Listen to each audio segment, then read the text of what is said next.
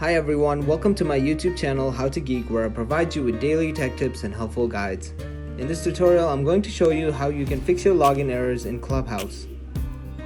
Now there are two ways you can do this. First is by updating the app.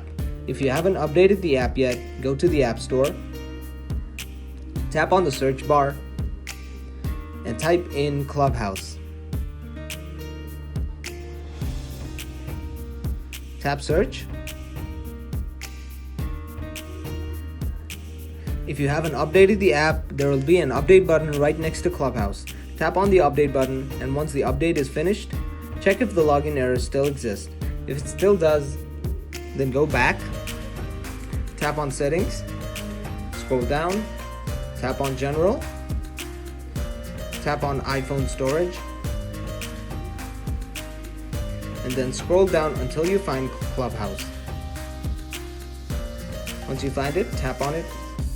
Tap on the option that says Offload App. Tap on it again.